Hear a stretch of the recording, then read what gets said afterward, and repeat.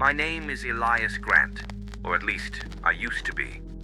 If you're receiving this message, please do not come here. I'm Elias Grant.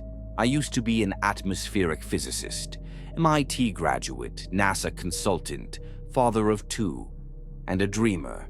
When I was offered a mission to Mars, I didn't hesitate. Earth was already dying. Drought, resource wars, social collapse. People wanted to flee to Mars. I wanted to save it. But if you don't save yourself first, you can't save anything. My wife, Mia, supported me on this mission, but I never got to say goodbye to my daughter. That night, I kissed her forehead and whispered, "One day I'll be watching you from the sky." My departure wasn't heroic. It was an escape. When the Aurora 7 mission module landed on Mars, we thought we'd made history. There was me, communications officer Layla Hahn, security engineer Nolan Drex, medical AI operator ZED, and our captain, Marcus Venn. The team was perfect, at least for the first 6 days. Then, the ground shifted. It wasn't a seismic aftershock. A cave opened, one that wasn't on any of our maps. Captain Venn immediately ordered it sealed. But Layla, she thought he was hiding something. I thought so too. And we were right. Day 7. Layla went down into the cave alone. She didn't come back. While searching for her, we uncovered a buried structure beneath the Martian soil, Station Red.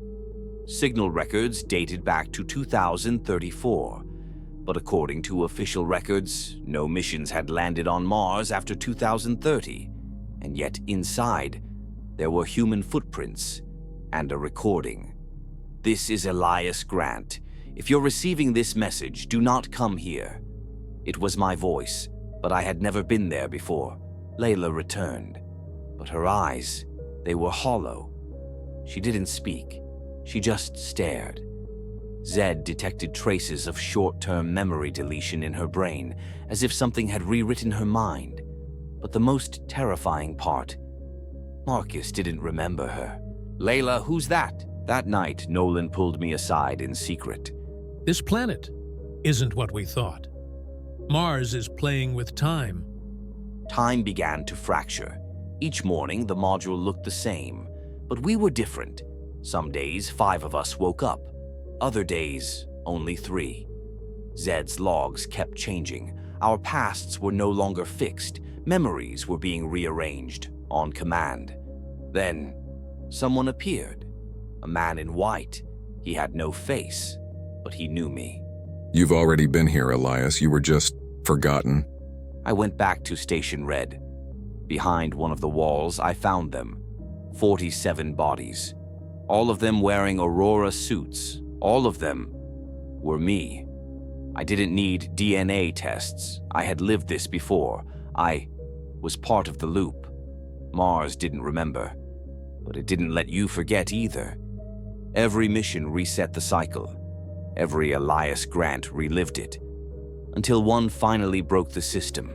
I had a chance to escape. A communications window to Earth had opened, but going back meant continuing the loop. So I stayed. Together with Layla, we reached the core of Station Red. There we found it, the memory core of time. Mars had been backing up the minds of those who arrived, then rewriting them to fit its own reality. We erased the memory core, but it came at a cost. I am Elias Grant, or at least I once was.